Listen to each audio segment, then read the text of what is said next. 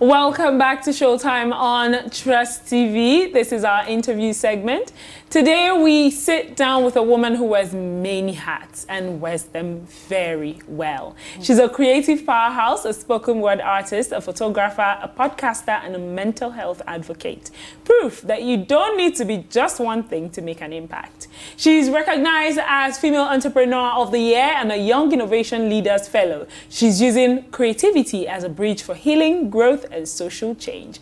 Welcome the dynamic force behind House of Mercirick, the inspiring Mercy Abah Patrick, better known as Mercirick. Hi, Mercy. Hi. So good to be here today. Same here. It's an honor to have you here. It's an honor to be here. While we're saying all of those things, sometimes I get to ask myself, is that me? Okay. Yeah, it's you. Okay. It's you. Even though you should have, since I said hats, I was thinking, oh my gosh, you should have worn a hat. So we just just say, yeah, I should have done that. Actually, don't worry, next time we'll do that. Next time. There's always next time. Yes. Okay, so we're just going to go straight into it because of time. Okay. First of all, one of the most shocking things about you, from the first time that I met you, is that you actually studied mathematics. We have to start from there, actually. So you studied mathematics and then you switched from numbers to stories, being a visual artist, a photographer.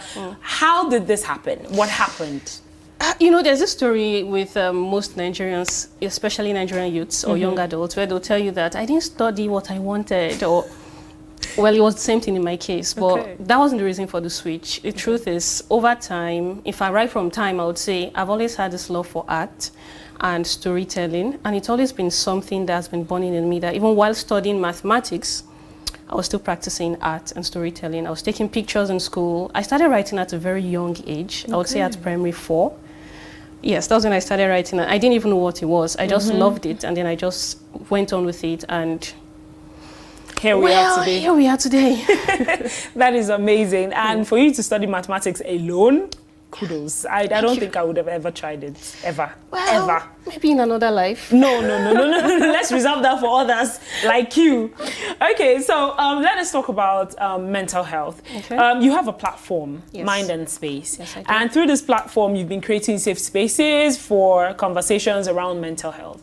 So we want to know what actually inspired you to start this. I mean, we've heard that, okay, you've been drawn to arts, so storytelling has been your thing. Yeah. But now what drew you to, creating spaces for young creatives about their mental health and all of that? Okay, a lot of things around mental health started with me myself. The reason is, at a lot of junctions in my life, I faced so many obstacles. Now, we're talking of physical obstacles, financial obstacles, mental, spiritual, just put them all together. And at a point I felt, if I'm going through these things and I can identify my problems, yet I know so many people cannot identify what they're going through and they just feel like they're drowning in it.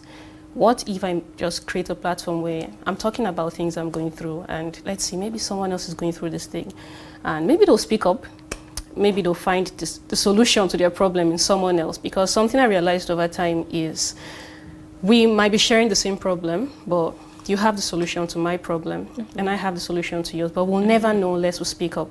So I figured, let's have a space so people can just talk. Literally, let's just talk. We don't need to come and say, my house is burning, this is happening. Just talk. Work was stressful today. Oh, did you do a lot of work? Yes. Maybe tomorrow, just drink some water before you start working. And we just started finding ways to get solutions to our problems. So it started with me just wanting to talk about what I was going through, and then other people just started speaking too. That's very beautiful. So far, personally, I know for this type of situations, you can barely measure the impact. There's no metric for measuring that. But have you seen any impact? What has been the best impact you've seen so far? So far, there was a time we were having a conversation with a particular lady who belonged to that community, and she was talking about a lot of things that a lot of people won't talk about outside. She talked about childhood abuse, she talked about family neglect and all. And I had one of our oldest members join us on that call, and after the call he was like, I've never seen this side of you. And I told him, it's not about me, it's about the people. You will know someone a lot, but you'll never get to know particular sides of them until you see how what they do affect others. And the truth is, these people have inspired me to even collaborate with other actual mental health organizations and even a rehab center here in Abuja. We work with them. So the thing is, once we find someone, through the course of our gist, if we see that there are certain things that we cannot just gist about and it goes away, we just make the connection and you go there and get the necessary help you need. That is amazing. That is so wonderful. Kudos, you're doing so well. Thank you. But then, even though we have certain centers, like you're saying now, the issue around mental health is often stigmatized. It is. And that is why a lot of people don't speak up. True. So personally, how do you approach, breaking these barriers of stigmatization with young people, especially when they're in the creative space or even generally? Okay, so one funny thing is, with the media house I run, House of Mercirick, our tagline is Travelers Hub for Transitioning Creatives. Now, the reason is a lot of people are going through things they do not even know they're going through. And one of the most creative ways we found is that for you to, when you come to my place, unless you just want to take pictures, there is one thing I always do. You must get a silhouette before you go. A silhouette, you know what a silhouette is, right? A picture that shows like literally a filter of the darkness of you and the brightness of the world. If you constantly do not know that you have light in you, look at a silhouette and see the brightness that surrounds you. That's the main reason why I always give people silhouettes. So if your creativity is not enough for you as a creative, it's not enough for you to see the light that comes through, then you need to reconsider if you will simply do what you love and not just love what you do.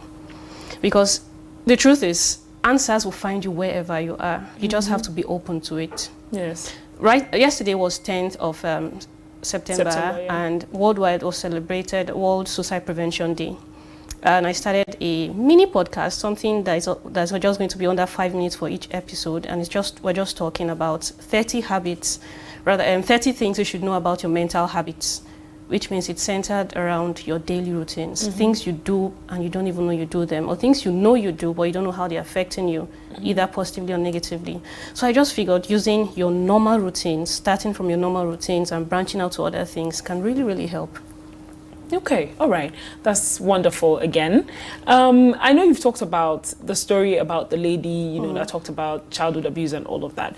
But since you started this, what are some of the most memorable stories that you've actually come across, apart from the one that you just told us? Something, something really life-changing and shocking, very memorable that you've come across. Okay, I think I should talk about the story of someone who had a case of DID, dissociative identity disorder. And imagine a person waking up every day and not knowing if that day is that day, or yesterday was yesterday, or last week, and you're not aware that things change within you. So it's quite different from having a personality disorder where you have different persons. Today you want to be this person, tomorrow. In this case of DID, you don't want to be, you are something different every day you wake up. So there was a situation like that with someone, and the best thing we did was allow this person exist without knowing that there is a problem first, and then giving clues as to, yesterday was this, 2 weeks was this. Imagine waking up, like I said, today, and it's a continuation of 2 weeks ago, not a continuation of yesterday, and you're not aware. But when you see certain things around you change, you start to ask questions, and we deliberately make sure these things around this person was changing so that the person will start asking questions and ease the person into how the changes were. And this guy eventually realized that this was what was happening to him, but because of the way the change was shown to him at a very easy pace, he was able to come to terms with his reality. And it's just a normal day, every day is Sunday for him. So you wake up and, oh, it's today, fine, let's just go with it. So he's going with the flow as though it's just okay. And I believe deep down that actually he has come to terms with it, because he didn't have any kind of crisis he used to have before when he didn't know this thing was happening with him. So he would have days when he would have mood swings, his demeanor would just change all of a sudden and stuff. But he began to realize that, okay, if I'm accepting all of these parts of me, life actually becomes easier. I was watching a podcast yesterday, and the lady was talking about how she confronted the guy who abused her as a child. And when she told him, I forgive you, she told the guy, I forgive you. And he was like, forgive me for what? He didn't even know what he did. And she was like, you did this, you did that. She ran through the whole thing. And the guy was like, oh, well, I never knew it affected you like this. Oh, have a good life. And he walked away. Yeah. Now the problem with that is she was living her entire life on the moment that didn't even affect the person who caused it. So the moment we realized that one single moment can be everything, and that one single moment can still be nothing. We can pilot our lives away from the point where we are and just push it how we can. So that guy's case was something pivotal for me to actually believe in myself, and I'm like, okay, these solutions you create in your head are actually things that can help people. So why not speak? Just keep speaking, keep talking, keep reaching out to people. If it doesn't help this person, you'll help another person. The healing is in your hands. Give it. Whoever it's meant for, they'll receive it. They'll receive it. Yeah. Exactly. That is that is immense. I don't think I have ever encountered DID in that kind of situation. It's like the only ones that are very, very usual and normal is the one that, okay, you wake up and you're like, oh, I want to be, this, but not like, okay, you don't even know, you know, and it just happens and you're just there living as if that is the normal life. That is something. The funny thing is, because they don't know, it's hard for someone else to know unless you have observed them over time. And they have like loopholes, lapses in memories, and they're like, someone might wake up today and they like coffee. Tomorrow they hate coffee, they want tea. Some of those things are like pointing factors for you to know that this thing is happening. Oh my God.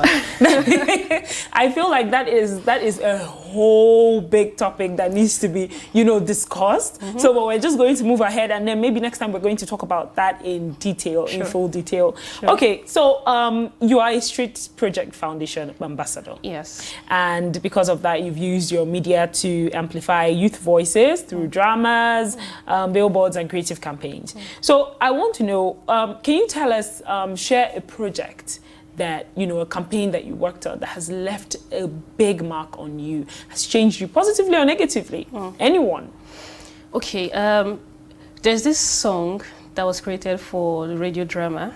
And really after that period, a lot of people around my area, because I kept singing it, and you hear, oh, this is real life, oh. And I keep hearing some kids in my area, because I teach in a school where I had this thing with them where it's more like a school for indigent kids. And so I go there, volunteer, and teach communication, effective communication, using mental health tools. Now these children, they say those things, and it's from a radio drama that was created with Street Project Foundation.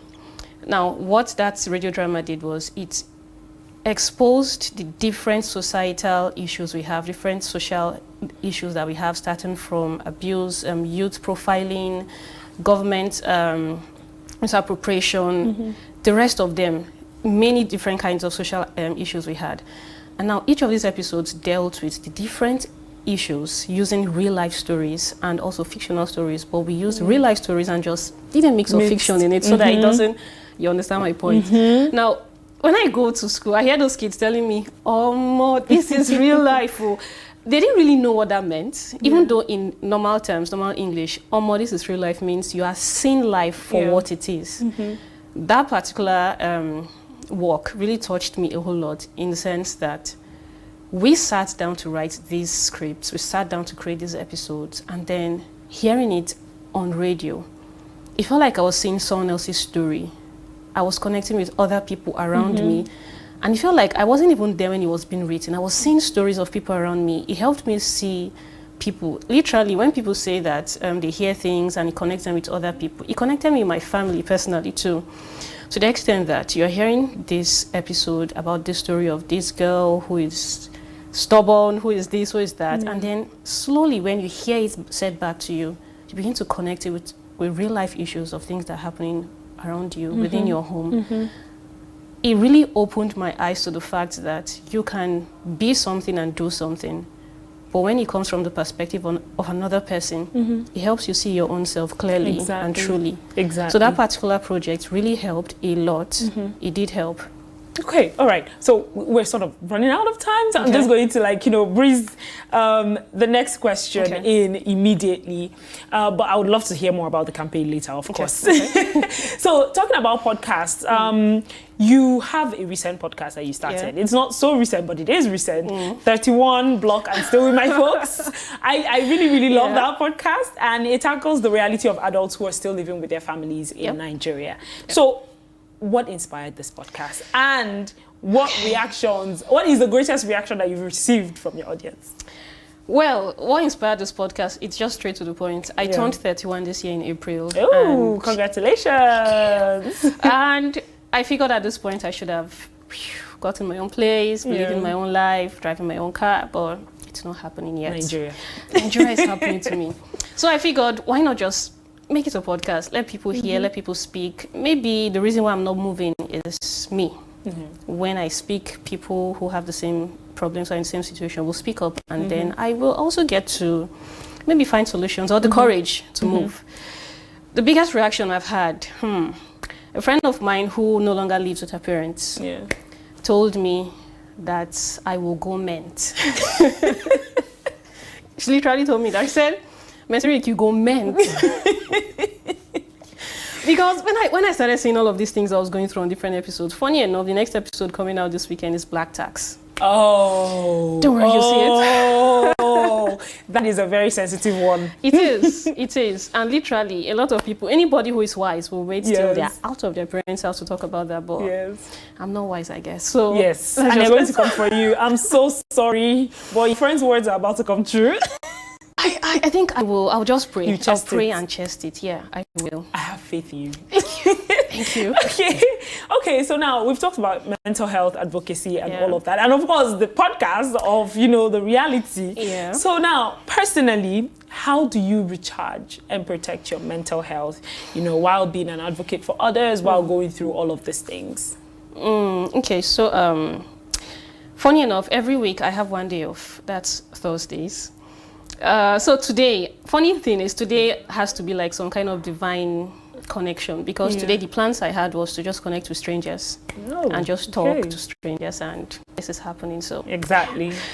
Every Thursday I'm off. I reduce my screen time. In fact, I don't even open my PC. I don't even open it. For phone, I reduce screen time. If it's to sleep, I sleep more. I eat more.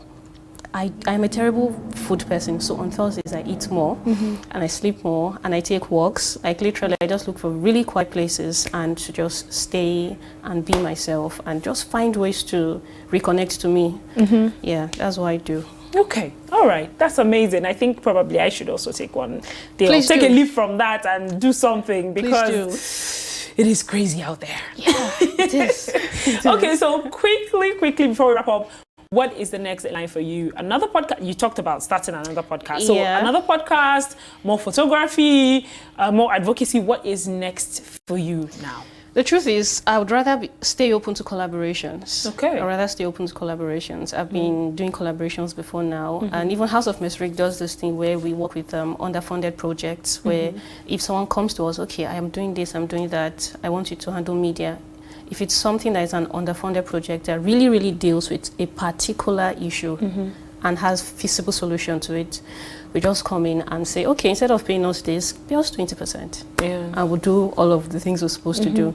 So we are big on that. And I really, really am open to collaborations, media collaborations, poetry collaborations, whatever it is, as long as I know it's something I can put something into and make it grow and blow. Exactly. Please, I'm open to collaborations. All right, we're going to talk about that. Okay. This is me pitching.